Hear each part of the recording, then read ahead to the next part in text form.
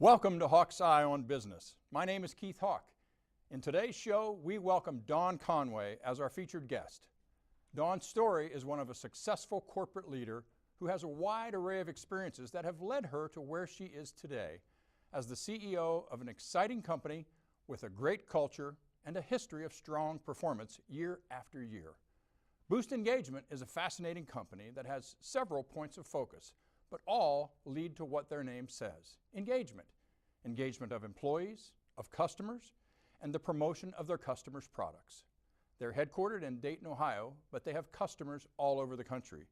Today, we will learn more about the company and its very capable leader, Dawn Conway. The companies that make up Boost Engagement deliver a fascinating set of solutions. From promotion, to brand building, to rewards and recognition, to point-of-sale advertising. Their business is all about engagement. Whether it be engaging employees or customers or driving product engagement, they specialize in making and keeping connections. Boost Engagement has been rated a best place to work and a healthiest place to work by the Dayton Business Journal. They are proud to be named one of the top 50 woman-led businesses in the world.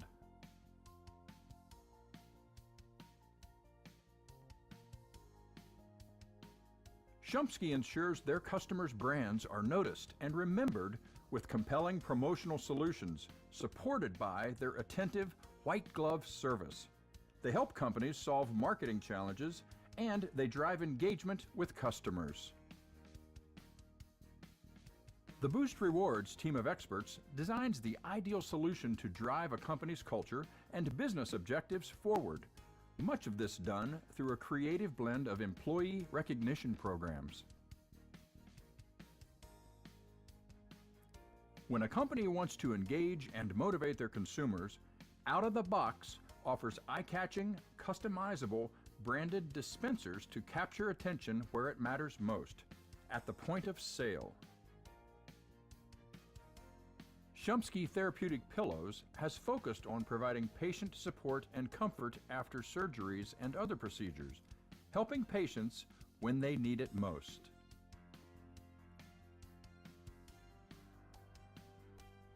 The pioneering spirit of this woman-owned and operated company has for 65 years provided creative collaboration, flexibility, and innovation with over 30 patents as they solve marketing challenges and engage customer and employee audiences.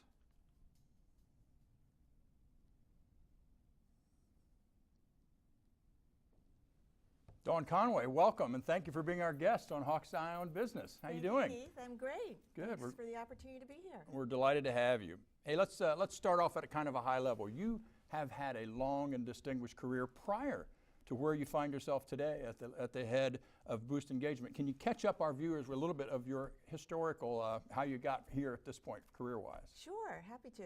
Well, spent 21 years at LexisNexis in a variety of roles, from marketing to sales ops to corporate responsibility to licensing.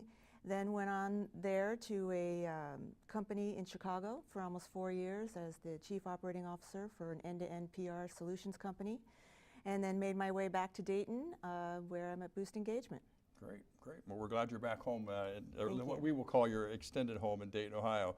Hey, we just saw a video that walked us through a bit about the company, but can you, for our viewers, give us a sense of what you would consider the core mission or missions of Boost Engagement? Our mission really is to continually reinvent ourselves to drive value for our stakeholders. Our stakeholders are both our customers, our suppliers, and our employees. What we sell today may not be relevant tomorrow, so we're continually reinventing and innovating to make sure we're delivering the right solution. Okay. Healthy objectives for your clients, Yes. for sure. On this show, we try to give our viewers learning experiences, especially from leaders of great companies, typically in the Dayton area. We speak about leadership, professional development, even salesmanship. Quite often, overall best practices that are going on. Can you give us a sense of what it's like to lead this company and maybe even give us an idea of the thrills, the challenges, and even a little bit about how your day-by-day existence goes at Boost Engagement. Happy to. Big question, I guess. Big question. Happy to. Well, the challenges are every day there's something different happening. So my day-to-day, every day changes. What I walk in sometimes to and think I have a set day doesn't necessarily mean I have a set day. There may be something going on with a supplier, a customer, employee. So every day is different. But every day I am passionate and excited about coming into the office. There's no question about that. In terms of, let me talk a little bit about some of the things that I think that we have done different, or when you asked about what are some of the leadership type qualities that are different. One thing that we do is we're all about transparency and open communication. Okay. And we have a tool that is an anonymous water cooler tool that allows our employees that can put in anything, and I have no idea who I'm talking to. And I look at that on a daily basis in terms of what's coming in to make sure that I have a pulse on what's really happening in the organization. You're eliminating that filter that can happen between the full employee group. And exactly. the Well, okay. eliminate some of that filter, Yep. because not always, you don't know what you don't know. And Sure. I don't want that unfiltered view. I want to really hear what is happening from our employees, as well as our customers. And that has proven, at least over the last couple of years, to really help drive a very open and transparent culture. Sounds like a great tool, and we haven't heard that discussed yet on this show. So we may dive deeper and learn more about it as we Happy go. to. This is a question I like to ask leaders of virtually any business. And it goes like this: if I ask you to think about what few things must absolutely go right for you and your organization to be successful, what are those things that absolutely must go well for you to have a prosperous year? Well, first of all, we have to make sure we're delivering for our customers. I mean, that goes without saying. The customers come first, and we have to ensure that we are delivering and meeting their expectations because they have choices. Sure. So we have to ensure that we're doing that. Secondly, because we are continually reinventing ourselves, we have to make sure that we have the right tools in place and the right training for our employees to be able to deliver on that. We're constantly changing. And change is not easy for anyone. A good example of this is that we're really moving from a product-centric organization to a solution selling. Okay. And when you're making that change, our customers are embracing it, but we've got to make sure that we're training and giving our employees the tools. Mm-hmm. So that has to go right. The employees and our sales force have to embrace that in order to deliver to the customer. So those are two things that have to go right. The right talent with the right tools, and making sure that we're delivering what the customer needs. Yeah, and on your second point, I hear in your words, it's not enough to have great products that fill the bill for the customer.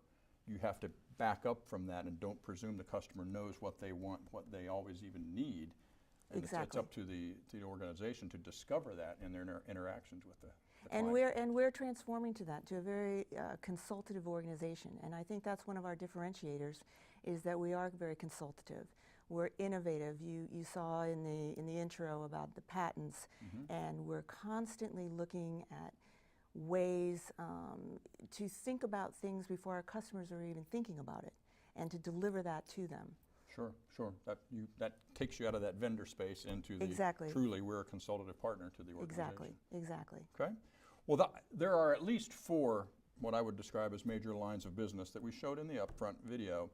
I'm always intrigued by how do you attract new customers to those lines of business? How do you keep the ones that you've got? Can you talk to us a little bit about how you market the various products and services that you provide to get new business, and then what you are doing that helps you retain the ones that you've already got? Well, it's an interesting business because we are, at least 3 of the divisions are a transactional business.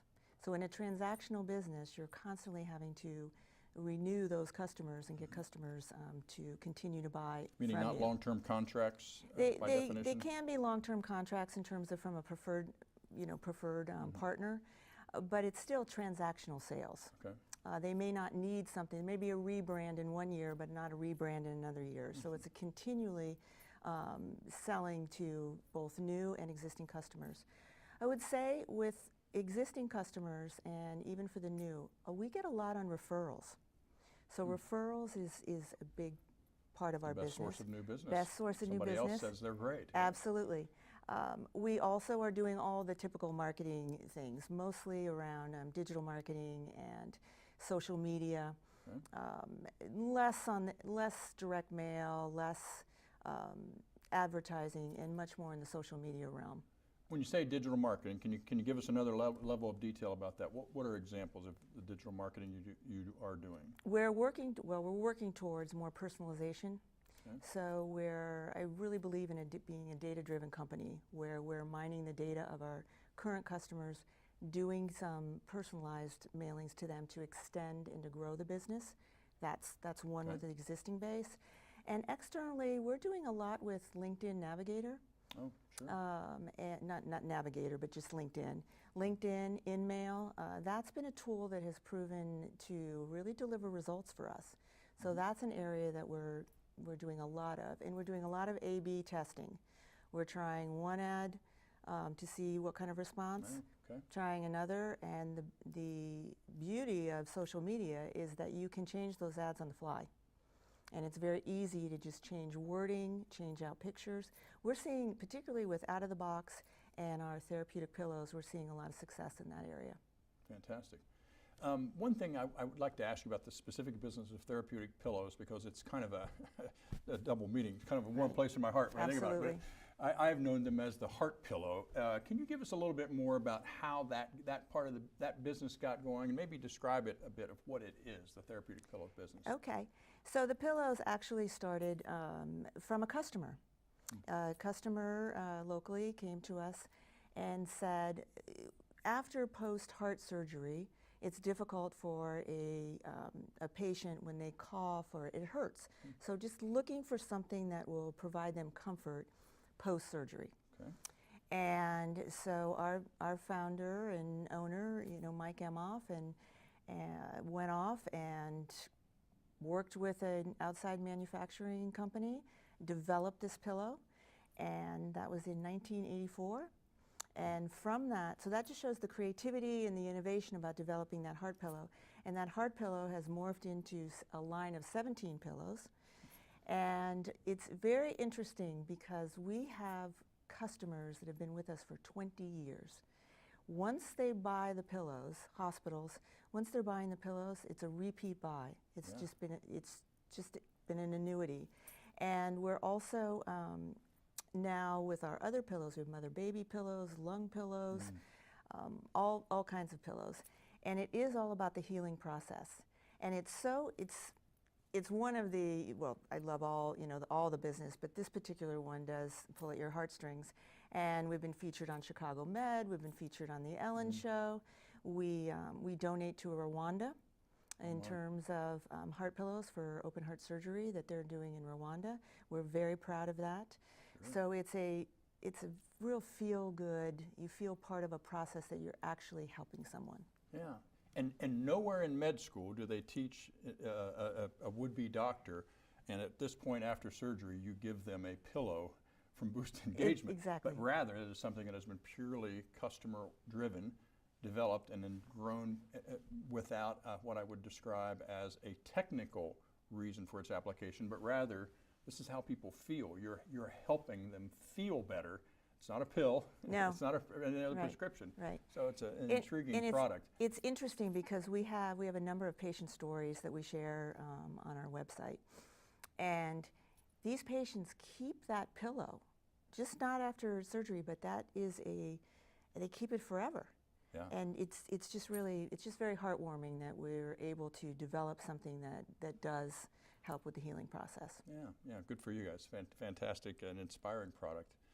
Shifting gears a little bit, when you walk the halls of your organization, I don't get the vibe of a typical kind of industrial complex, like perhaps the city of Dayton is more known for than what I might call a Silicon Valley type of environment. But when I walk through your facility, clearly you get this vibe of of progressive, creative, any conference room that has bricks on the inside, not the outside of the building, it kind of gives that warm feel. You clearly have done a lot to try to orchestrate how it feels to be in there. Can you describe what it's like to create and maintain that positive vibe of creativity and progressiveness? It's been over the last 3 years where we've been transforming this property. So when you walk in, the first thing you see, to your point, is the graffiti. We brought in 4 street artists to just really depict our values and who we are, because we are very open, we are inclusive, and a diverse, creative organization. And that's what we wanted to, for people to feel that, so that you walk in and you see that creativity. And I asked, as I always do, some of our newer employees when they first join, you know, how do you feel when you come in? And you mentioned progressive, and I hear that a lot. You walk in and you say, this is a progressive organization. Seeing the graffiti, the openness, the inclusiveness, the exposed brick, all the things that make it, your physical environment is so important to creativity. Sure. And that's what we're really trying to build, is that creative feel, that progressive feel that we're continually pushing the envelope. Not a lot of suits and ties walking through the halls Not either, a lot right? of suits and ties, no. Do you find this environment helps from a recruiting standpoint? Does it give you an edge over others that you might be recruiting great employees Absolutely. against? Yeah? Absolutely. I've heard that as well. When we take them around, we have the Idea Warehouse, which is where you've been to the Idea Warehouse. It's a very cool space. Yeah. They see the way that we've lit the sales area. It's kind of, you know, a little funky and cool. The openness, the trying to really bring down the walls and bring together the team for a much more open environment, and it does. It brings in not only just the millennials who think that that's really cool, but it's all age groups. Yeah, good. Warm is warm, welcoming, creative. Yeah, I get why people would want to be a part of your organization. I'm not going to name the precise amount of your annual revenues, but you're a company that I would call in the 30 to 50-ish million dollar range. Am I fairly correct on that? Yes. What are the most, I would call it, difficult challenges to keep growing now that you've gotten to this point? It's one thing to grow 10, 20, 25% when you're a $1 million company, but now when you're up at that level, the math gets much more difficult. What's the toughest parts of keeping it going? So it's a couple things, really. We want to make sure that we keep the culture going. Culture is everything, and the people are everything, and we don't want to lose that as you grow bigger and bigger. Oftentimes a little more bureaucratic, more process. We don't want to lose that. We don't want to lose our edge. So that is a challenge as you grow. Secondly, capacity building, and really looking for the talent and bringing in more people, because as you grow, we need more people in terms of to be able to serve our clients. So the capacity building and talent, those are probably two of the things that are top of mind for me in terms. So we on the capacity building are actually looking for talent all the time, and are over hiring to be ready for the growth, which we fully anticipate. Yeah, good. Get up to speed in advance of Exactly. the need, as opposed to chasing to catch it. Exactly. Yeah, okay. I'm going to shift gears again. I believe that you believe that the whole person is a real thing, and it is something that helps the job, but also helps our personal lives. You are somebody that is pretty well known, not just across the United States, across the world, I would say, on a very specific topic that I know is important to you. And I will use the term basically crusading against human trafficking. Some people would use the term against human slavery. Some people would even talk about the importance of the rule of law around that. And you've, I believe, worked with some other partners in big organizations around the world. Can you tell us a little bit about your interest in your work in this area? So how it started when I was at LexisNexis, and advancing the rule of law was the core corporate initiative. And anti-human trafficking was one of the areas that we're focused on. So once you really learn about this issue, I really didn't have any inkling how big a problem it is in today's world. And once you learn about it and you meet some of the survivors, you're changed forever, and you can't really step back. So how it began is when we were investigating what are companies doing, or what can a company do to help eradicate this horrific crime. And so I was part of the formation of the Global Business Coalition Against Human Trafficking, and that was probably about 10 years ago now. And it is an organization that Boost is very much a part of, and I am still a part of, co-chair on that committee, or on that organization. And we, as business owners, whether you are small or large, there are things you can do. Zero tolerance policies, hiring survivors, employment, driving awareness with your employees. So I now, going from 2 large organizations to a smaller organization, I'm leading up the SME toolkits for smaller businesses who can participate in helping to eradicate slavery. An SME referring to subject matter expert? Referring to a small business. Oh, okay. Okay, very good. Just wanted to clarify. Okay, well, noble purpose, and thank you for being on that and staying on that. It is. It's a passion for me, no question. Yeah, a worldwide problem that when you dive into the numbers and realize this is not a small problem, it's a big problem. It is a big problem. It's not just outside our borders either. Absolutely. Right? It's right here in Dayton. Yeah, it's everywhere. Yeah. Okay, Boost engagement is, as you spoke of, adding people, getting bigger. Can you tell us a little bit about the qualities, the characteristics, even the experiences you are seeking as you carefully add professionals to your organization? I'm really looking, when I talk to people who we are considering bringing on, I'm less about what you are on paper and more about, are you looking for an opportunity? And what are you passionate about? Because we get up every day and you come into work, and will they be a culture fit? Culture is really important to me. So I look for culture fit. I look for, we look for people who want an opportunity. And again, it may not be on paper. They may not have the background in either promotional products or engagement, etc. But there's something about them, whether it's their work ethic or their passion or their opportunity seeking, that's what we really look for. And we have hired from a lot of diverse backgrounds, not people in the industry, who have just turned out to be just amazing employees. So that's what I look for.